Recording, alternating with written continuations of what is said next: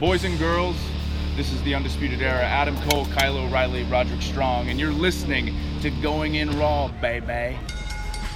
This is Shayna Baszler, and you're watching Going In Raw. This is the knockout artist, Cassius Ohno, and you're Going In Raw. Hey, friendo, Steve here. And Larson. And welcome back to Going In Raw, the only pro wrestling podcast you need to be listening to right here at youtube.com/Steve and Larson, and available wherever podcasts can be found. Be sure to hit that subscribe button and the little notify bell next to it to make sure you're always getting your new Going In Raw notifications. We got new content every single day. Larson, tomorrow, Friday that is huge day, massive day, big day. It's massive a day. super day. The ultimate showdown is taking place tomorrow at twitch.tv/Steven Larson, and it's going to be at 9:30 Pacific in the morning, 9:30 a.m. Pacific, 12:30 p.m. Eastern, 5:30 Farage time. Yeah, and it is simply the biggest super show I've ever heard of in my entire life. Versus All Elite Wrestling. It's like, you know what? This is going to decide the war, Larson. This is going to be the big thing. Before the war has even really started. This is the big deal here with the big war. Where's my stupid thing? Oh, there it is. Here's my graphic. Did a good graphic there. Look at this right here. This is going to be a banger, as it they is. say. It is. It's a banger. It really is. Here we go. Oh, look at that. Look at that. You got Mox. This is just a preview. Taste of the card, yes. Taste. Mox versus Chill Roman. Yeah, man. Right? You've got tag team action. Yes. This is the main event. This is the main event. Cody and his brother Dustin versus older brother Dustin versus Triple H and Vince McMahon. Yeah, that's the main Brain event. Trust. That's the main event. They're gonna put him down. Yeah. This is Rawgate Mutant will be in action. In action, yes. MJF will be in action. Hell yeah. Chris Jericho will be in action. Yes. So yes, very cool, awesome stuff. And let's mention the charity that all of the proceeds of this stream are going to. Mm-hmm. It's let me see if I get this right. It's the Syrian American Medical Society. This is the group that Sami Zayn is working with. Yes. There's some dire times right now in Syria. It's a major humanitarian crisis. It is, and they're doing really great work there. Mm-hmm. These mobile medical transports that are going around and helping people out. So all the proceeds. And here's the thing: we're doing it on Twitch. And if we get any subs from it, those proceeds will go. However, we're really pushing the donate button. Yeah, go to the donate button. That'll take you to our Streamlabs. 100% of that money. All of that money. See, we get money. all that money comes to us, and we were going to be pushing all of that money, as opposed to if we did it on YouTube, where God bless YouTube, but YouTube's fine. But the super chats, like 30% of that goes to YouTube. They're not giving it to any charity. So yeah, that's the deal. That's why we're going to be doing it on the Twitch. Yes. We'll probably be doing like a quick dark match on YouTube just to bring people over. Yeah. But that's going to be the deal. We're trying it this time for the first time on Twitch, so that all the money can go. And hopefully our crowd will come along. Apparently, somebody put it on the Reddit. I saw the that. Squared Circle. Cool. So that's cool. Very cool. But yeah, that's a big deal. And look, man, I get that a lot of people out there might actually be interested in the Super Showdown show. That's totally fine. We'll be done. We both have to be out of here by like noon tomorrow. Yeah. Pacific time. So there will still be plenty of Super Showdown left for you to watch. Totally. After our stream is done.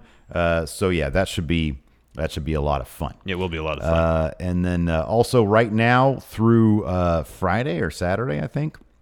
Oh, yeah. We have a promo code over there at friendomarket.com. The promo code is TAKER. You get 20% off your entire order. We've also added sticker packs. So all the awesome stickers we've had with our shirt sticker packs. Now if you just want the stickers, you can get 3 for $10, 6 for $15, 9 for $20, or all 12 for $25. Free shipping in the United States. Yes, gratis. Only $5 anywhere else on the planet Earth. So pretty good deal there. That is a good deal. The 12 stickers for $25. That's a good deal. That is a great bargain. That's a really good bargain. That is a huge bargain right there. Best value. Absolutely. Best value. It would satisfy all your Steven Larson sticker needs. Absolutely. Without a doubt. We got some new YouTube channel members. Yeah, Let's cool. give them a shout out here. Lake Lock, John Dre 91, and Ryan McLeish. Oh, Ryan McLeish. Thank you very much. I wonder if do you think that's a Scottish name? McLeish. Hey, McLeish. Because I'm going to go to Scotland in about 30 days or so. So maybe I'll say, hey, Ryan McLeish. Maybe. I hope he shows up to the meetup. We also have a couple new patrons, Riley Walker, Adrian Cazares, Fedora Goomba, Shane McCarthy, Jonathan Andre, and Johan. Thank you all very much for your support. Thank you. You can find us on the Patreon, patreon.com/Steven Larson. Thank you. So, yeah. Anyways, yeah. We're going to talk NXT. NXTs and 205. Here's an NXT takeover recap. Although the two matches are both pretty good. I got kind of excited for that because I was like, "Oh, nice! I get the day off from NXT." There were two really good matches. Both the matches are pretty good. There were two really good matches. Mia and Bianca Belair. Those two women have amazing chemistry. Lately, the takeover recap matches have been really good. I know. Like those kids act like it's an actual takeover match. You know, which I think is 100% the right attitude. Wasn't the Street Profits match the one where Montez did that when they dressed up like Harlem Heat? Was that a takeover recap match? Mm-hmm. That was that was a takeover dark match. Mm-hmm. And that's like that leap of his made it into the opening video package. Yeah. That's like an iconic NXT moment. Totally is. Yeah. Good stuff. But yeah, no, Keith Lee versus the Finest and Mia Yim versus Bianca Belair. Amazing. They're really, really killer matches. Yeah. The rest of it was all just recaps. Just recaps. And interview stuff that's already on WWE.com. And it did, one of those interviews brought up a question. Look, man, there wasn't a lot to talk about with these episodes, so I had to manufacture the top news headline type deal is a new number one contender to face Walter for the NXT UK title, which is just he's it's who's next to lose to Walter. Yeah, exactly. What's that crap they put into is it chum? What do they put into in the water? Chum, to bring the sharks out. Travis Banks, he's chum for Walter. Yes, for Walter. Yeah. I love him. I think he's great. Oh, Travis Banks is great. He's chum. Yeah, at this point. Yeah, pretty much. We got a video. Walter is in Ryback mode for a while in NXT UK. Just feed him more. Yeah, pretty much. 205 Live had the return of Drew Gulak as General Zod. Yeah, pretty much. Neil. That was good. And main event for that was decent, though the Tozawa Drew match probably should have been the main event. Yeah, that's definitely true. So, yeah, not a lot happened. So we're going to talk about a little bit when we get there. Tyler Breeze. We're going to talk about it now since it's in the thumbnail. All right, that sounds good. So Tyler Breeze in his interview, and this is already confirmed by Triple H. Triple H essentially said Tyler Breeze is there. He's in NXT. He is NXT. This is so like a while ago.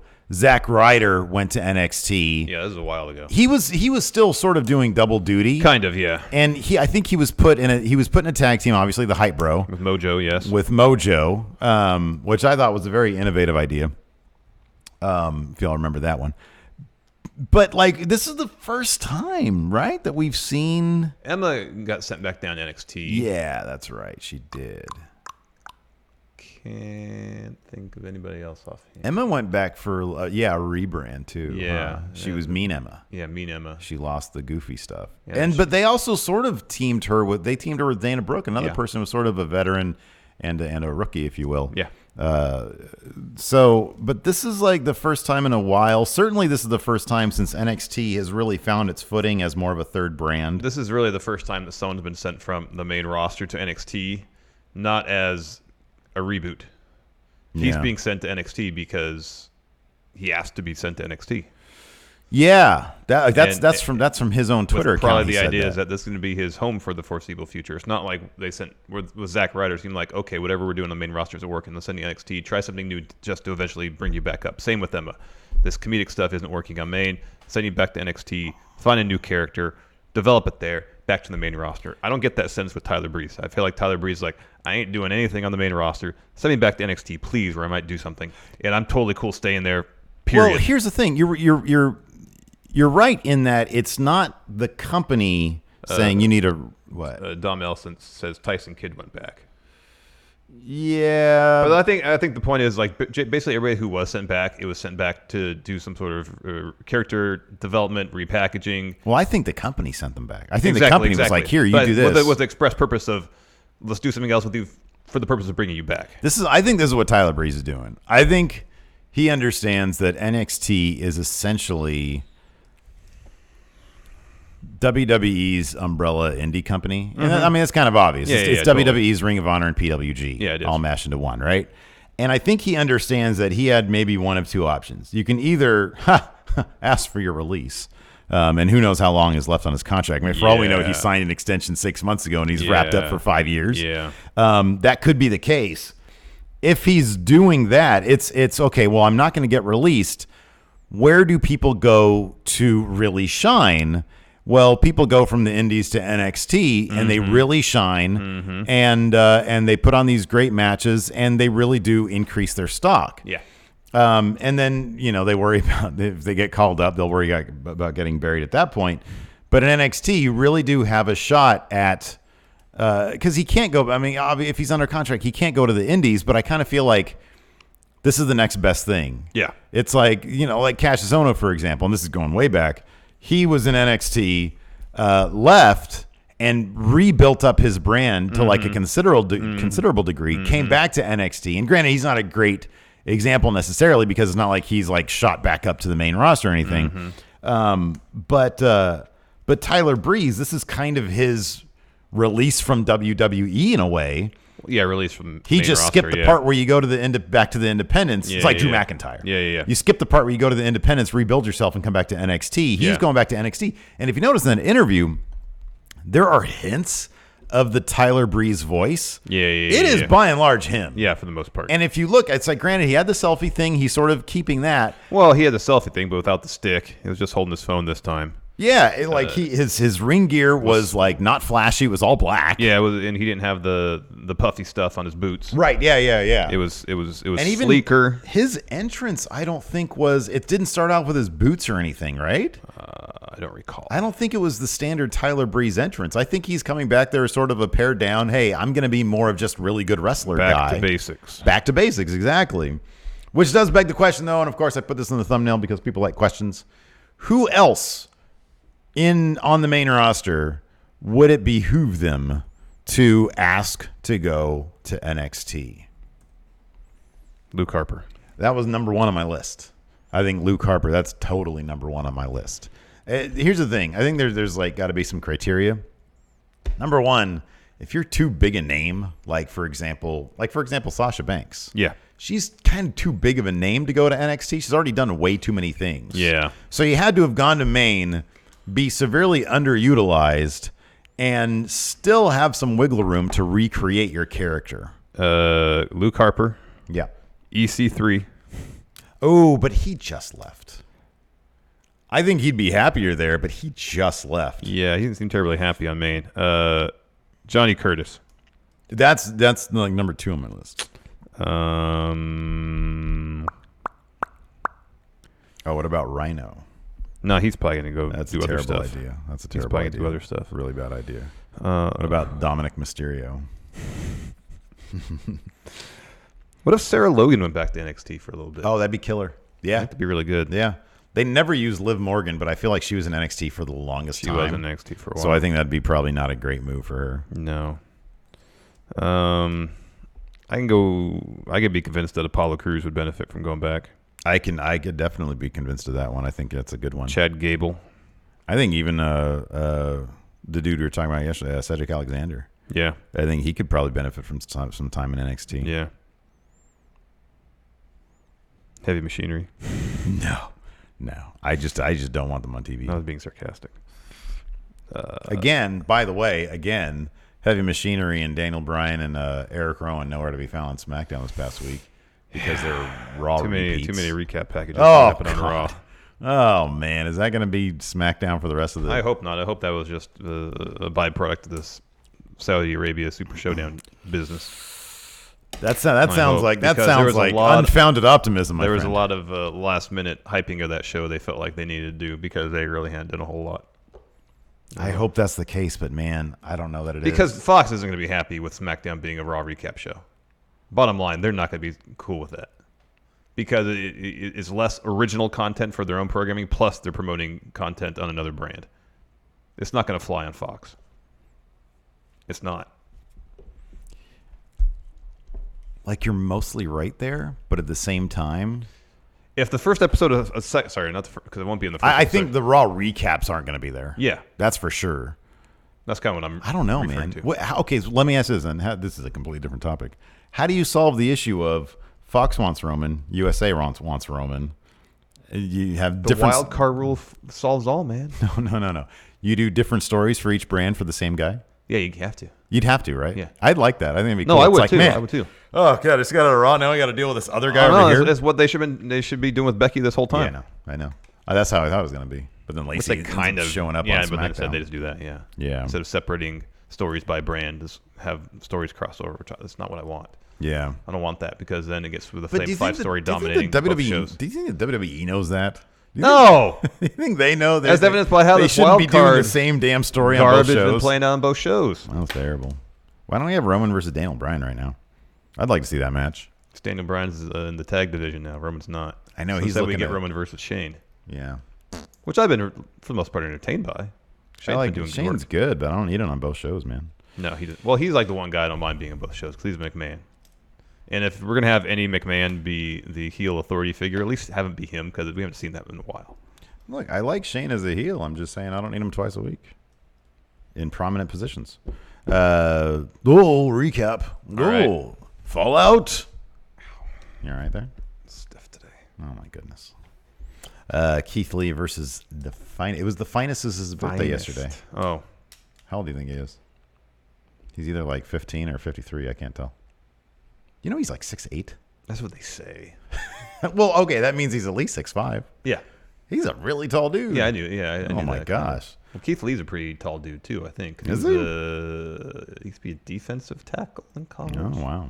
Yeah, you so be he's tall probably for like that. 6'2", 6'3". Well, you don't have to be to help so you can bat down passes. Well, yeah, you should be tall for that. Bat down passes. But then also benefits to not be too tall because the whole idea of football on the lines is you want to get your pad lower than the other guy you're going up against. It's so if you're nonsense. little diminutive, doesn't matter. Doesn't matter at all. Lower, I make a general statement, and then you got to break down the minutia.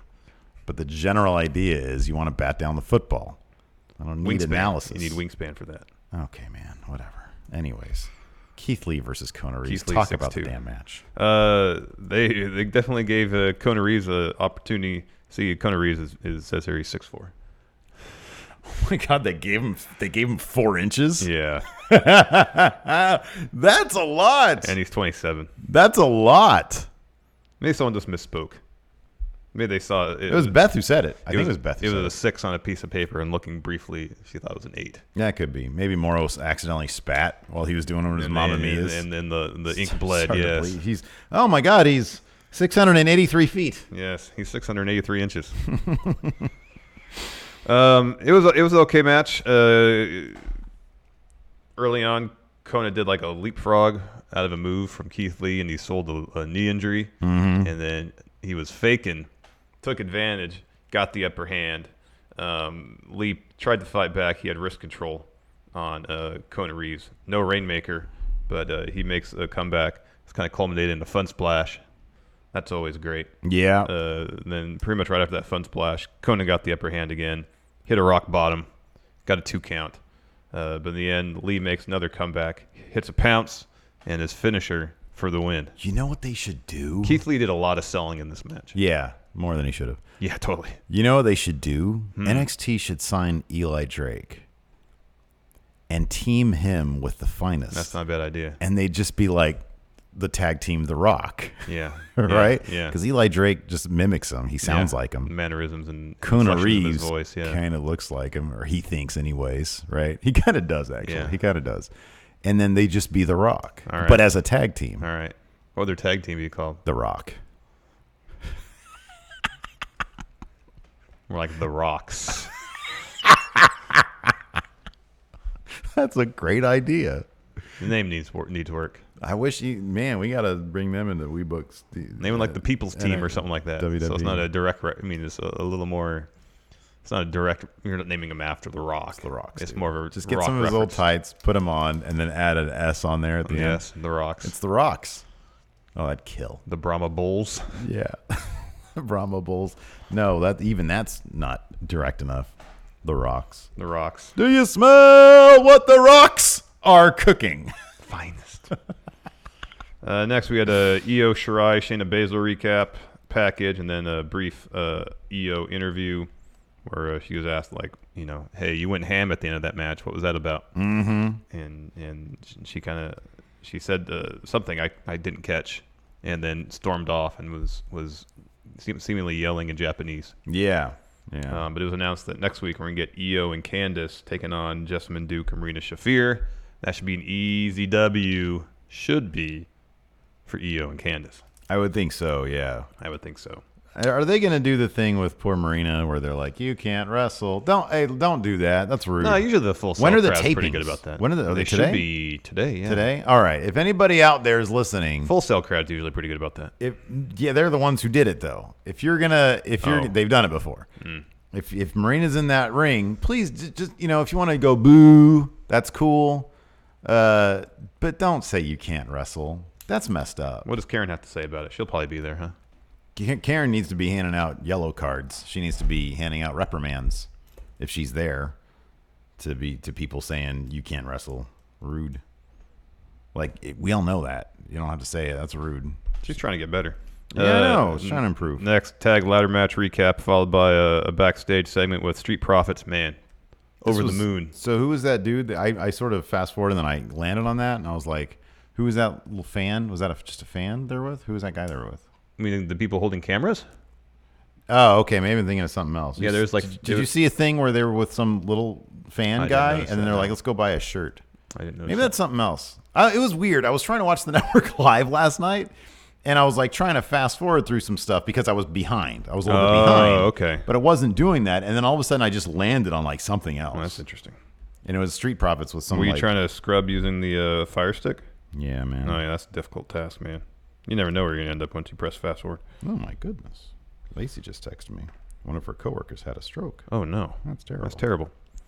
After that, a recap package for Velveteen Dream versus Tyler Breeze and the aforementioned Tyler Breeze interview. And then we got a Damien Priest vignette. So what's his character? Is he like a party guy? Yeah, clubbing guy. That's awesome. He's a stud, man. He looks great. He's the only guy. He's like one of the only. He doesn't need donuts. He's the only one. No thanks, I don't want a donut. I shouldn't. They're gonna NXT. They're gonna have me wearing a mesh shirt, partying. He's the only dude who can pull off a mesh shirt. He looks like a mesh shirt guy. Isn't there a scene in one of the Blade movies where they're at a club? It's like a vampire club. Maybe he's gonna be a vampire. Oh, that's a great idea. But then also part of the Matrix rave, like sex rave thing. No, they just put those two things together. Yeah, that's great. That's awesome. Yeah, a vampire. He's exhibitionist Dracula. Yeah, so, someone in NXT saw what we do in the shadows and was like, "This is a great idea." There you go. I want to drink your blood and show you my junk. You loved exhibitionist Dracula. I did love exhibitionist Dracula. Would you like to see the tip of my junk? Terrible. It's broad daylight. You're a vampire. You're not supposed to be out here. You should be a pool. This is the only time You should be a pool of this of viscera at this point. when people can see my mushroom tip. It's a pool of ooze. You should be in the daylight. Exhibitionist Dracula. Punishment Martinez is such a better name, though. It really is. Damien Priest is okay, though. It's not bad. Yeah, It just and seems I like a that though. watered-down Priest, version of- but he's a big partier. He's Yeah. cocaine guy. Damien, like the Omen. The devil. Yeah. But also priest, so religious. Yeah, that's good. It's dichotomy. Yeah.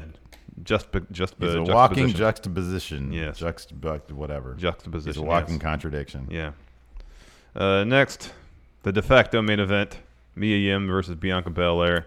Like I said earlier, these two women have amazing chemistry. Oh my God, I know. Every one of their matches have been great. This might be the best of the bunch. Mm-hmm. Story of this one was Belair was going after Mia Yim's midsection, started with the abdominal stretch, followed with the gut buster. Mia kicks out. And then Belair was doing like a bow and arrow, stretching Mia around the ring post. In that instance, Belair had to release because of the 5 count from the ref. And then Mia grabs Belair and drives her into the ring post. It was great. Yeah. Baszler goes for her like chicken wing face buster on the ringside area. Mia reverses, sends Bianca into the ring steps. And this spot was great. When Yim hits the tarantula, Baszler escapes, and then Mia counters with Code Blue. Pretty much a destroyer bomb. Yeah. Baszler then pretty much drops Mia on her head with this German suplex. Only get to 2 for that. But then the finish saw Baszler go for a powerbomb. Mia reverses to a guillotine. Baszler escapes. But then they move at the top rope, and Mia kind of jumps off the second rope, hits Protect Your Neck for the win. Kind of shocking. That's 2 straight losses for Bianca Belair after not being pinned ever. Yeah. So they obviously think very highly of Mia Yim. Yeah, which is awesome. Yeah, and she's been delivering on. She has been on every occasion. And like I love that her character stuff is so natural. Like the way that she is presented, could lend itself to some very sort of fake, posing type stuff, like acting like she's hard and stuff. But she comes off like a very sweet person who just isn't going to take shit. Yeah. And it just comes across like that's maybe who she is, So I think she's terrific, and I think she comes off as very natural and likable, and yeah, she's great. I mean, she's probably going to end up being chum for Shayna. Maybe. But still, it is kind of interesting that they jobbed out Bianca a couple times to her. Yeah. Bianca again had amazing ring gear. Amazing. Oh yeah, amazing. Apparently, she designs all her own stuff. Yeah. I think she does it all herself. Yeah. No, she's terrific. I saw some of the. What was it? There was like a video of all the backstage stuff when the Street Profits got that win, and it showed her and like just her emotional reaction to Montez Ford winning the climbing, because it was obvious that she didn't know what was going to happen. Oh, okay, that's cool. Yeah, and it was terrific. They like cut from like when it happens to like her actually watching it and back and forth, and it's terrific. It's really cool. Yeah. Next, we had a Drew Gulak interview after last week's episode, where he says, "Well, I've been hearing that Kushida is the foremost submission specialist in the world. Well, I'm the best submission specialist in the WWE. So he beat me by a roll up. Essentially, let's test your true mettle here, Kushida. Submission match next week. Kushida accepted Drew's challenge via social media. I hope he's going to be Zod tonight if they fight tonight. Oh, yeah. I hope that's his new thing. I want some freaking continuity between two, because like they were talking about on 205, where has he been this whole time? He's been on social media. Well, he's also been on NXT. Yeah. They need some continuity there, some threads there. Do. Also announced for next week, that's a heck of a lineup next week. We're getting Undisputed Era versus Oney Lorcan and Danny Burch. Oh, that's a good one. Undisputed Era is starting their quest for all the gold. They're going to be draped in gold, man. I'm telling you. It's going to happen. Just like Adam Cole. It's like Adam Cole in my interview when I broke that he was going to be going after the NXT championship. They say, what are you going to do next? Oh, I want the NXT championship. That's what anybody should be saying. I saw a promo the other day where what's-his-face, Top Notch, he was driving doing a promo, by the way. Bad idea. And he said he was going after the North American title. These people have very specific goals. Why would Oney Lorcan say, I'm going after the NXT championship? He's in a tag team. So no, your point is wrong.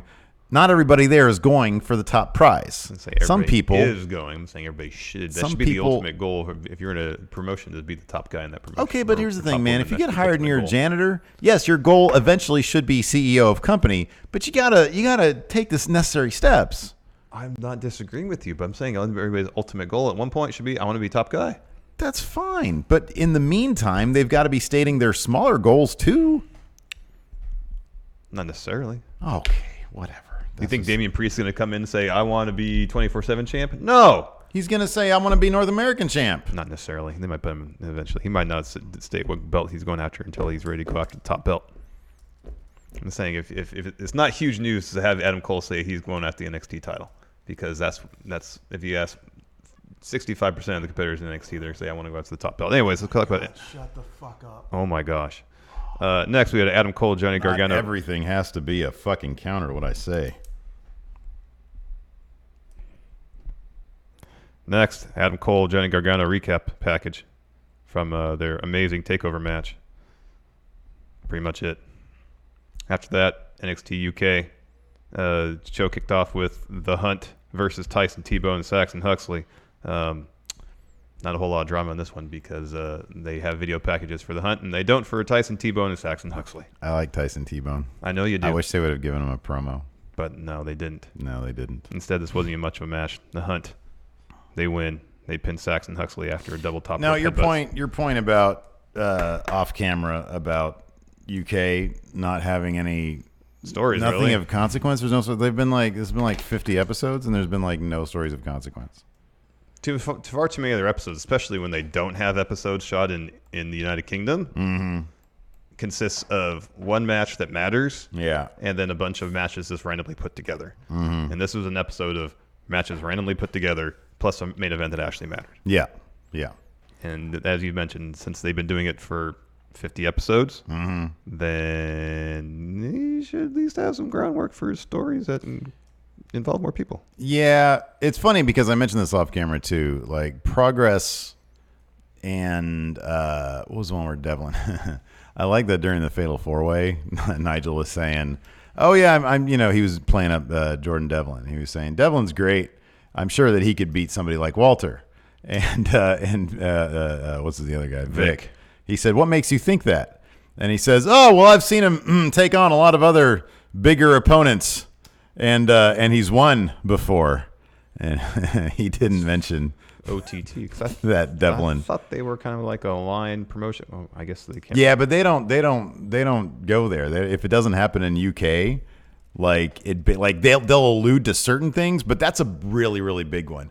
And I remember that time you mentioned that you thought that Devlin said he beat Walter before, but I think you were kind of mistaken. I don't think he actually said that. Because I remember I was like, oh, are they going to mention that? And then they kind of didn't. I'm just trying to think of any instance like in NXT where they mentioned someone doing stuff in Evolve, and I guess not. Nothing comes to mind offhand. I mean, it's not like they never showed any footage of Street Profits winning those things. Oh, in Evolve, no, I just don't know if they've ever mentioned it. Like commentaries mentioned. I don't think they have. It's not like I pay that close attention, but I don't think they have. Like outside of like on Twitter and stuff, they always totally mention do. that stuff. Yeah, totally. But not on the broadcast. They always promote their talents going to Evolve or whatever. Yeah. After the match, Gallus, they attack the Hunt. Next, Kaylee Ray. Yeah, I kind of feel like I know how it's going to go too. Same with this one. But before it even starts, Gallus attacking the Hunt. Yeah, I know. Like Gallus needs a win right now, so that's going to be the Hunt. It's like the Hunt will beat the super jobber teams, but they themselves can be jobbers to the elite teams. Anyways, next, Kaylee Ray taking on Casey Owens. Again, a match where going in exactly who's going to win. And they book it, so there's not a whole lot of drama. Yes. Again, that's kind of like when I speak. I don't really care about squash matches because I don't feel like there's any drama involved in it. There's one good storytelling in my wrestling. Anyways, Kaylee Ray, she picks up the win with Widow's Peak, her gory bomb.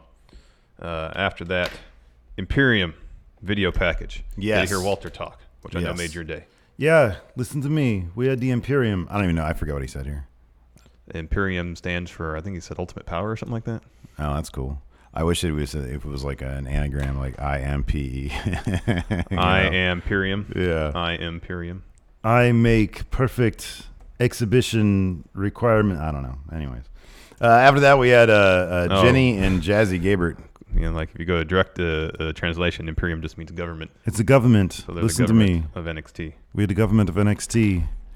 We need to talk about taxes and infrastructure. Would that make Bartel and Eichner the bureaucracy of the said government? City Council, Senate. If Walter is Congress. Top guy. Yeah. Next, Ginny and Jazzy Gabbert interview. Ginny, they were very briskly walking down the hallway. Yeah. And she said, not only am I the prettiest and the richest person, but wait, what were you saying? Yeah, why do you have Jazzy? Oh, because she can beat people up. And he said, I'm very good. Going after doing stuff, and anybody gets in my way. Jazzy. Next, Zach Gibson, James Drake. Well, Zach Gibson promo. James Drake doesn't do it. Well, he was there. Yeah, but he doesn't talk. He did what he always does. He reacts. Sometimes he shakes his head yes, and then randomly he'll do this. No, it won't really be in line with anything Zach Gibson's saying. He'll just have his own thing in his head. He'll be like, Sometimes he'll react to. I think that's coincidental. That could be. That could be. He's existing in his own universe, maybe. Zach was upset because they had to defend the tag titles at Download Festival. Yeah. And he's saying that it was going to be dirty and smelly and bodily fluids everywhere. And he didn't want to do it, so he wanted Johnny Saint to rectify the situation. And then main event, Fatal 4-Way number 1 contender for NXT UK title. Chum for Walter. Joe Coffey versus Dave Mastiff versus Jordan Devlin versus Travis Banks. I'm actually kind of surprised you only gave this match 15, 18 minutes. Because when the Kaylee Ray match ended, I was like, oh, there's half an hour left in the episode. They didn't give this match a ton of time. Mm-hmm. Not that this match felt like it was abbreviated or cut short or anything. I just thought they'd give it the last chunk of the episode to make it feel important. I thought they gave it much time. I could be wrong. It was 15 minutes. Okay.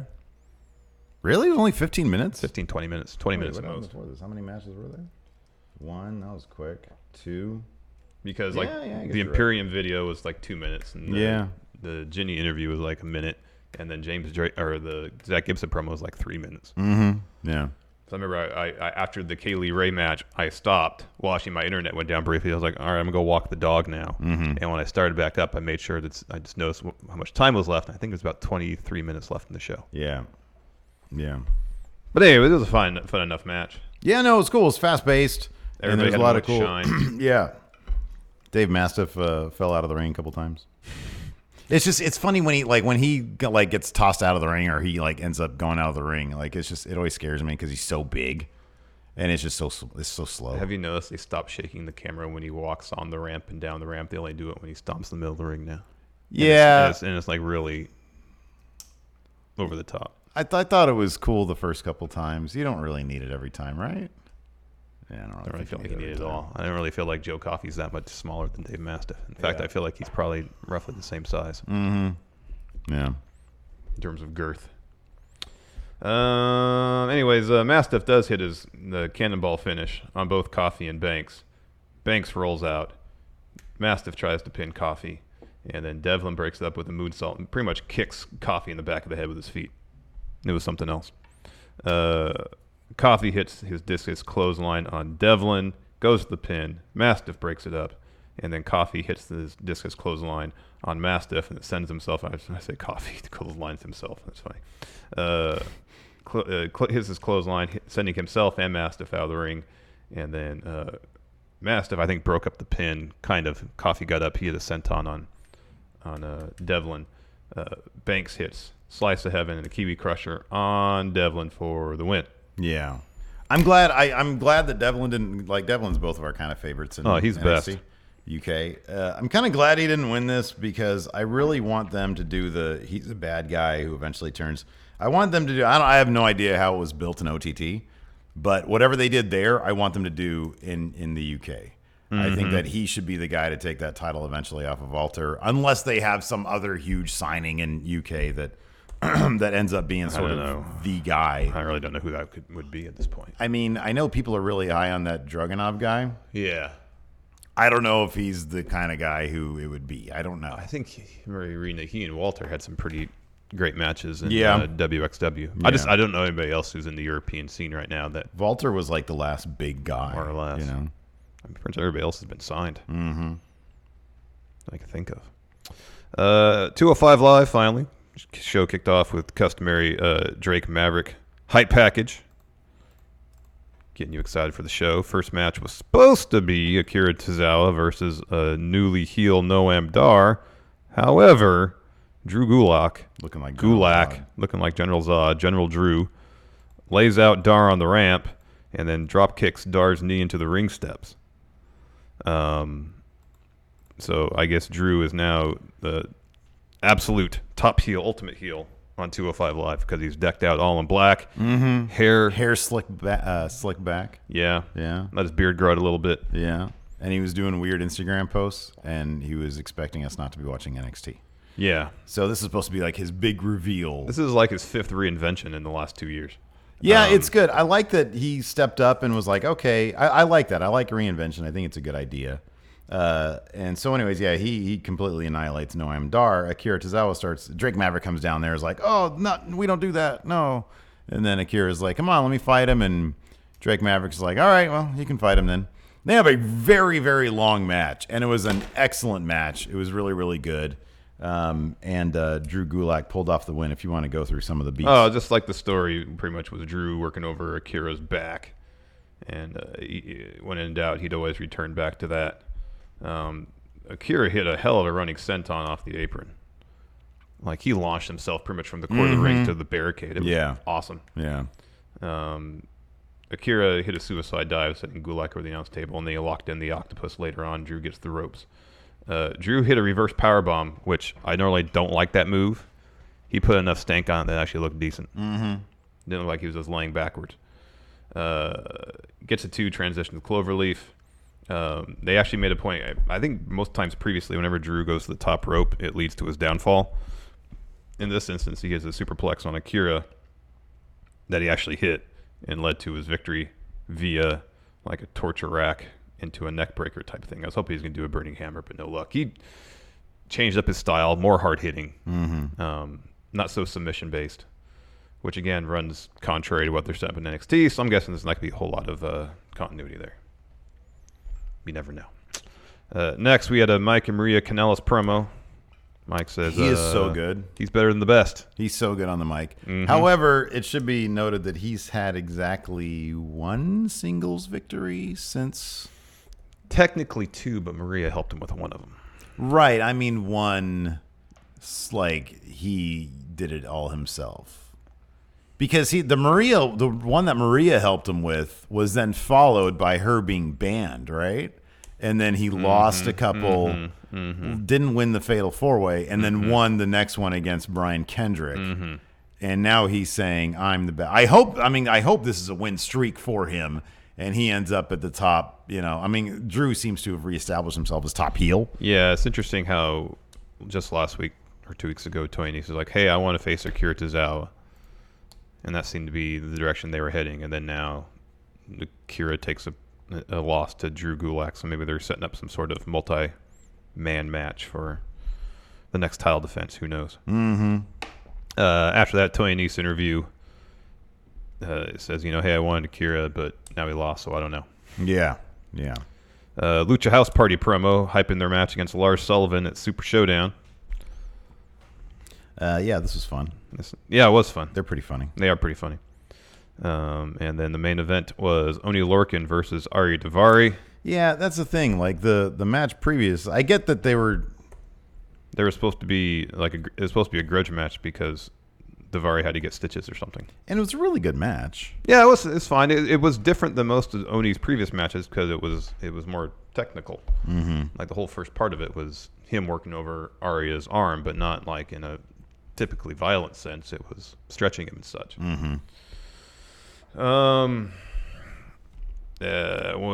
Later on, Aria counters a half and half suplex from Oni into a pinning predicament. Oni kicks out.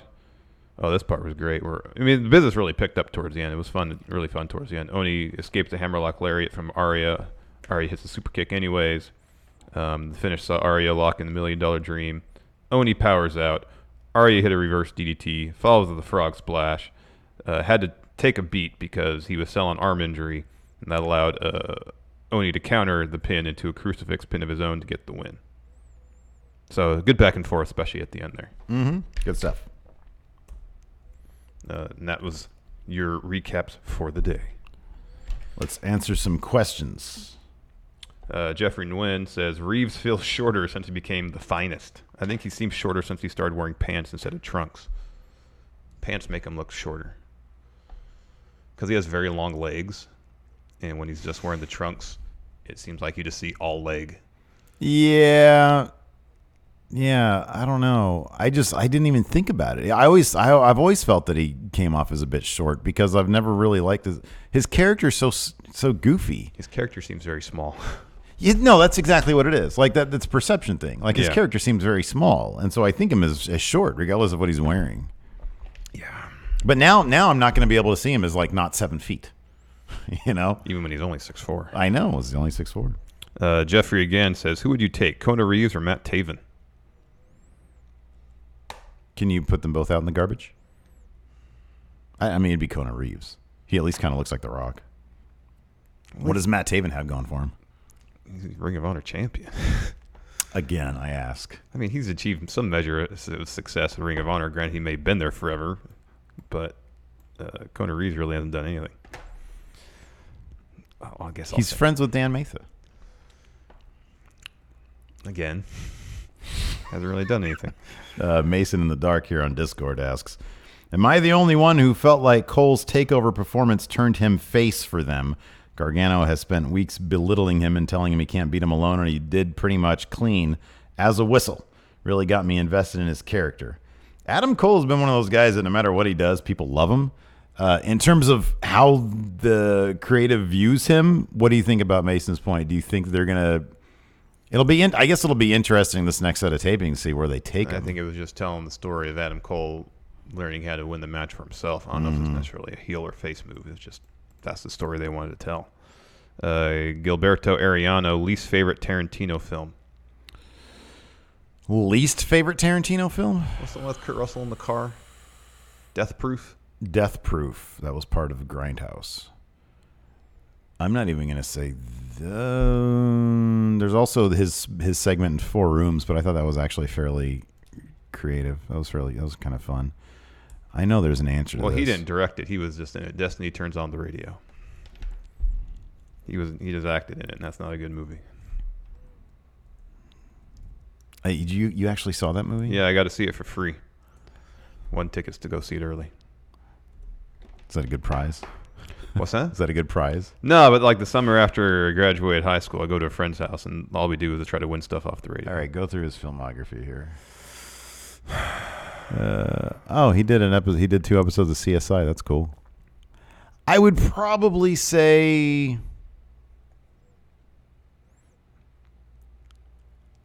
so. Like my least favorite movies of his are probably the Kill Bill movies. Yeah, I wasn't that into those either. I enjoyed them for what they were. They're fun exercises in kung fu flicks, but I don't know.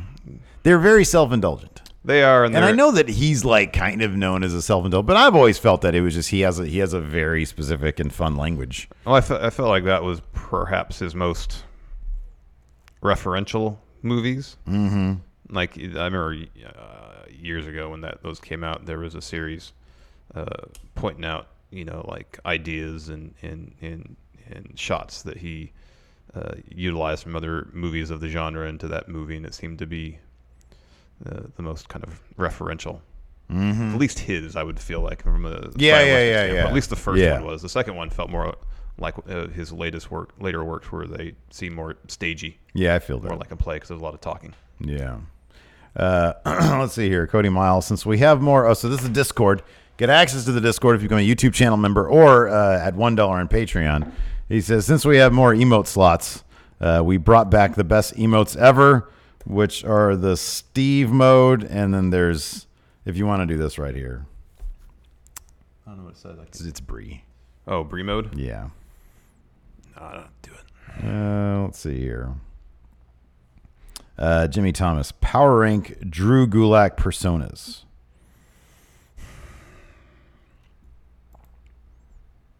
He probably could have won that title when he was breaking free from being Enzo's underling. Mm-hmm. That's probably the most entertaining version of Drew. Yeah, I'm curious to see where General Zod Drew's going to go. Well, let's see here, over here on the Patreon.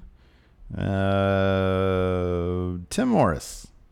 That was a good question.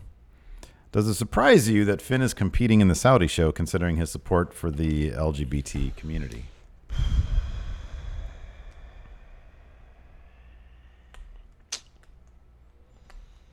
Because I actually thought that the other day. Mm-hmm. I was like, I wonder how sort of...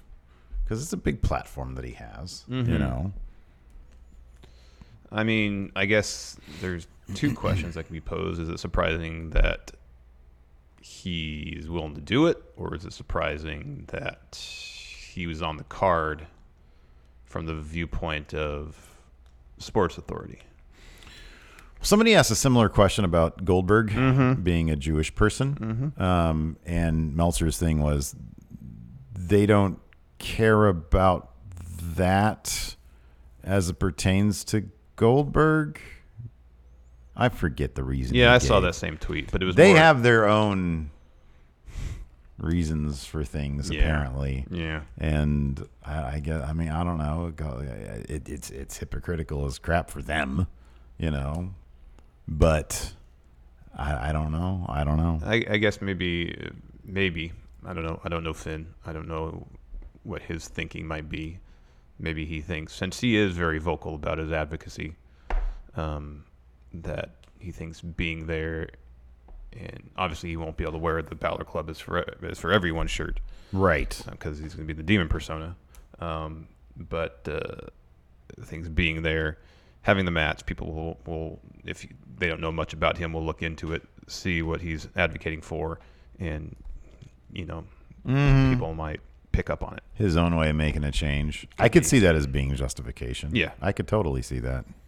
Where you can't be as vocal as he would probably like to be. Right. Obviously, sure. you can't do his WrestleMania entrance from a couple of years ago. I do wonder. I think with Goldberg, I think it's the chance to fight Undertaker.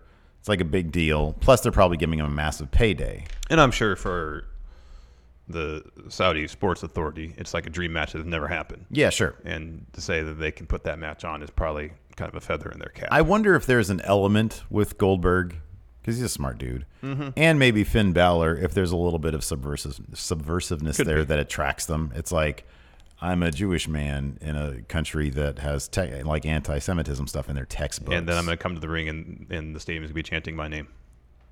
And then at the same time, there's, Finn Balor, who is obviously an advocate for the community. And he's like, I'm going to go in there. And yeah, like you said, put on a great show and then hopefully impress people with my performance. They go look into what I'm all about. Yeah, I wonder if that this out. factors in. It wouldn't surprise me if it did. Who said this up here? Tony Barrasso. What if Finn is as the Rainbow Demon? I would think that they would that he probably would. That's very dangerous, like literally dangerous ground to tread on. I don't know, man. I don't know. You want to get in there and out of there.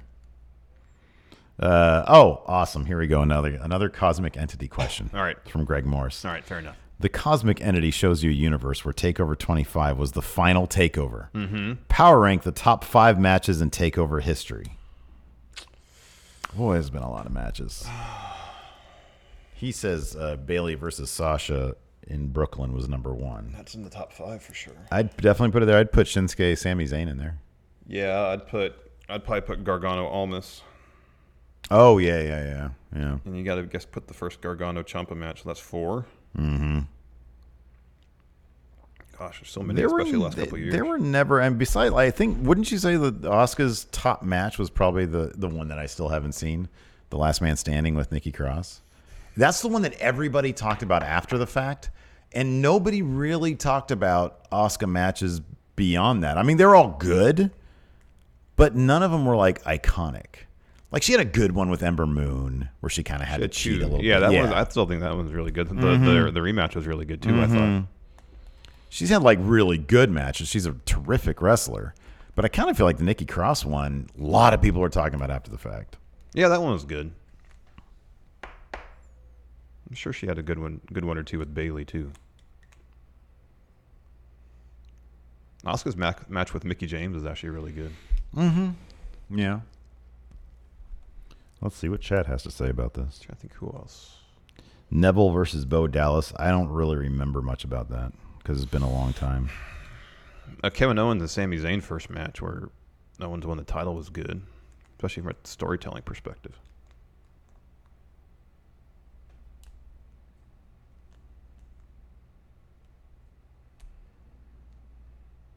I think maybe think of like the North American ladder match. Either the Cole Gargano matches. Either of those could go on there. Yeah. What do we have coming up for Overrun today? I don't know. You don't know? No. Oh, we can talk about Goldberg's promo. Apparently wasn't written for him. Oh, yeah. That's what Meltzer said, huh? Yeah. All right, cool. We'll talk about Goldberg's promo then. Goldberg's promo. All right. Anyways, so yeah, YouTube channel members, hit that join button. You can watch the bonus show. Patrons, $5 and up. Y'all can watch a bonus episode as well. Thanks for watching, everybody. Till next time, we'll talk to you later. Goodbye. Be a part of Going In Raw today at patreon.com/Steve and Larson. Starting at $1 a month, you can enjoy Going In Raw ad-free, gain access to the daily 30-minute Going In Raw post-show, exclusive merchandise, and so much more. Support Going In Raw today. Click the link in the description.